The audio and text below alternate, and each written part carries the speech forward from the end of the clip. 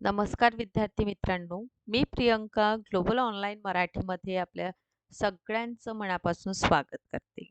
आज आपण NTA-UGC net examination आणि सोबतच सेट परीक्षा, महाराष्ट्र सेट परीक्षेचं महत्त्व आपण समजून घेणार आहोत.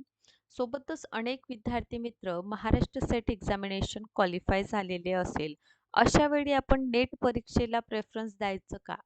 म्हणजे नेटचा अभ्यास कंटिन्यू ठेवायचं की थांबायचं? नेट परीक्षा महत्त्वाची ठरेल की सेट परीक्षा दिली तर आता पुढे आम्हाला देण्याची आवश्यकता नाही? किंवा जे विद्यार्थी मित्र आता महाराष्ट्र सेट किंवा UGC नेट एक्झामिनेशनचं प्रिपरेशन करीत आहे, अशा सगळ्या विद्यार्थ्यांसाठी परीक्षेचं महत्त्व म्हणजे एक्झॅक्टली आपण नेट परीक्षेला फोकस करायचं की सेट परीक्षेकडे आपण लक्ष द्यायचं? की हे पेट परीक्षा जे असतं हे काय आहे? हे सगळं जर तुम्हाला समजून घ्यायचं आहे, तर हा व्हिडिओ लेक्चर खूप महत्त्वाचा ठरेल. कारण जेव्हा आपण पोस्ट ग्रॅज्युएशन लेव्हलमध्ये असतो किंवा आपण सगळे जरी सुरुवात केलेली आहे पर्टिक्युलर एक्झामिनेशनविषयी, तर संपूर्ण डिटेल माहिती जाणून घ्या आणि यासाठीच आजचा आपला संपूर्ण व्हिडिओ लेक्चर आहे. त्यामुळे व्हिडिओ लेक्चर आपण शेवटपर्यंत नक्कीच बघा. सोबतच मित्रांनो, UGC नेट आणि महाराष्ट्र सेट परीक्षेकरिता कंप्लीट कोर्स देखील अवेलेबल आहे आणि या कंप्लीट कोर्सची नवीन बॅच आत्ताच म्हणजे 30 मार्चपासूनच सुरू झालेली आहे. याच बॅचला आपण जॉइन करू शकता. जॉइनिंगची फीस 3000 आहे. यावर डिस्काउंट मिळेल. मात्र ₹2600 हा कंप्लीट कोर्स अवेलेबल आहे, ज्यामध्ये 1 वर्षाची व्हॅलिडिटी, नेटचा पेपर 1 सेटसोबत फ्री ऑफ कॉस्ट आहे. 10 वर्षाचं PYQ, 5000 पेक्षा अधिक MCQs, सोबतच कुठलंही रेफरन्स बुक वापरायची आवश्यकता नाही इथे. कंप्लीट नोट्स जरी रेफर केल्या तरीही तुम्ही एक्झामिनेशनमध्ये मॅक्सिमम स्कोर करू शकता. दररोज 8 वाजता लाईव्ह सेशन होईल. लाईव्ह रेकॉर्डेड फॉर्ममध्ये पाहिजे तितक्यादा बघू शकता. बघा हे नंबर्स आहे, यावर कॉन्टॅक्ट करा आणि आजच तुम्ही कोर्सला जॉइन. पेपर 1 प्रमाणे पेपर 2 मध्ये commerce management, computer science, political science, life science, history, economics, Marathi, chemistry, English, library science. आता पेपर 2 ची देखील बॅच 30 मार्चपासून सुरू झालेली आहे. याच बॅचला जॉइन करा. जॉइनिंगची फीस 10,000 आहे.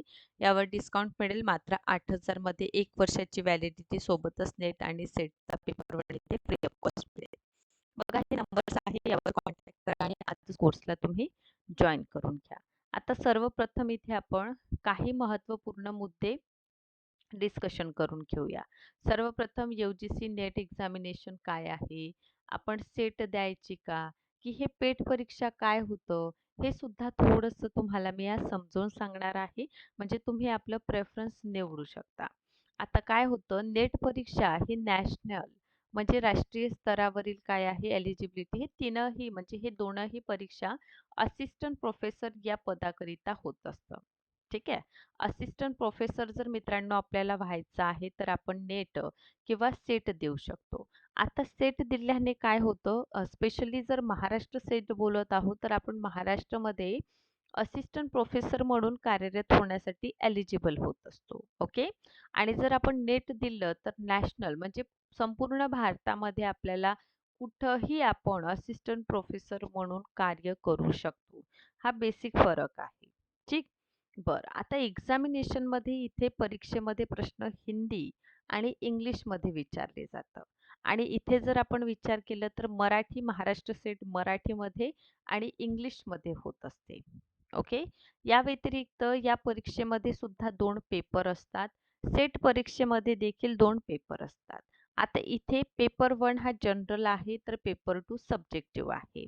Eligibility criteria PG second year म्हणजे पोस्ट ग्रॅज्युएशनच्या सेकंड इयरमध्ये जर आपण आहात, तर तुम्ही एलिजिबल आहे. सेम इथे सुद्धा PG सेकंड इयरमध्ये जर आपण आहात, तर आपण इथे एलिजिबल होत असतो महाराष्ट्र सेट एक्झामिनेशन देण्याकरिता. आता इथे सुद्धा 2 पेपर आहे. एक पेपर 1 आणि एक पेपर 2. आता इथं होतं का, म्हणजे जनरली जर तुम्ही मला विचारलं, "मॅडम ह्या दोनही परीक्षेमधून काय आम्ही प्रेफरन्स करायचं?" दोनही परीक्षा प्रेफर केलं तर खूपच छान. आता इथे पेट परीक्षेचं काय महत्त्व आहे मॅडम? तर पेट हे काय आहे? PhD एंट्रन्स एक्झामिनेशन आहे. ठीक आहे. पण आता आपल्याला जास्त पेट परीक्षा होताना आता दिसून येत नाही.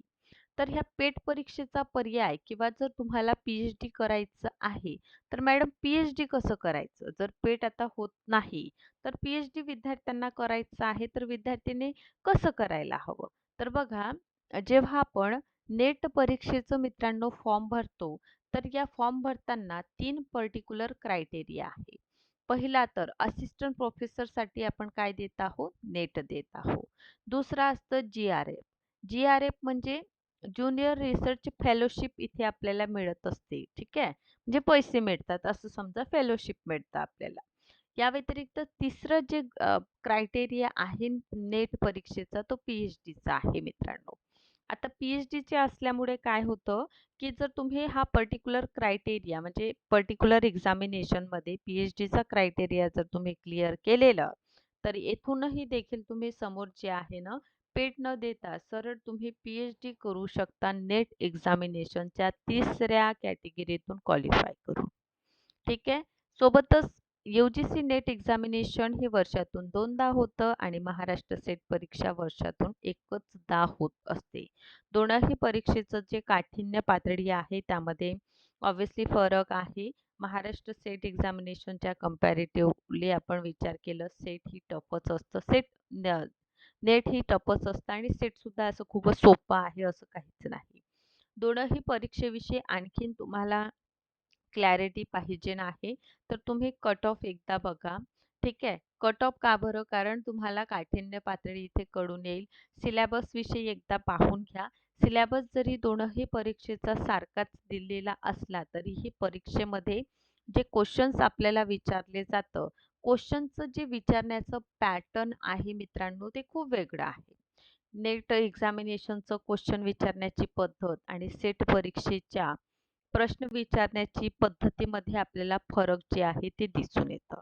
आता आपला प्रश्न आहे, की आपण जर महाराष्ट्र सेट क्वालिफाय आहात, ठीक आहे. आता सेट क्वालिफाय असल्यानंतर जर तुम्हाला अभ्यास तुमचा सुरू आहे, तर तुम्ही नेटसुद्धा देऊ शकता आणि नेट देऊन जर काही विद्यार्थी मित्रांचा प्रश्न असा आहे, की आम्हाला पी-एच-डी करायचं आहे. तर आता बघा काय होत आहे, पी-एच-डीसाठी अगोदर काय व्हायच्या पेट परीक्षा व्हायचं, पी-एच-डी एंट्रन्स टेस्ट म्हणून. परीक्षा घेतली जायची. पण आता ही परीक्षा होत नाही. आता आपल्याला पी-एच-डी करायचं असेल, तर नेट एक्झामिनेशनचं फॉर्म आपण फिल करू शकतो आणि त्यामधील तिसरी कॅटेगरी आहे पी-एच-डीसाठी. तो क्रायटेरिया जर तुम्ही पास केलेला, तर तुम्ही काय करू शकता, पी-एच-डी करू शकता. आणि सोबतच काही पर्टिक्युलर युनिव्हर्सिटीजचं आपल्याला काय दिसून येतं, नोटिफिकेशन पी-एच-डी संबंधात येताना दिसून येत आहे. तर अशा वेळी आपण त्या नोटिफिकेशन जसं फॉर एक्झाम्पल सोलापूर युनिव्हर्सिटीचं आपल्याला काय दिसून येतं, पी-एच-डी एंट्रन्स एक्झामिनेशन होताना यावर्षी 2026 मध्ये दिसून येईल. ठीक आहे. त्यामुळे जर आपण सोलापूर रिलेटेड आहात किंवा तिथून करू शकता, तर तुम्ही तो फॉर्म सुद्धा भरू शकता. सेकंडली विद्यार्थी मित्रांनो, ज्यांना पी-एच-डी करायचं आहे त्यांनी इथून सुरुवात करायला हवी. सेट परीक्षा ज्यांनी झालेले आहात त्यांना जर अभ्यासाला वेळ आहे, तर नेट द्या. कारण नेट हे नॅशनल एलिजिबिलिटी टेस्ट आहे.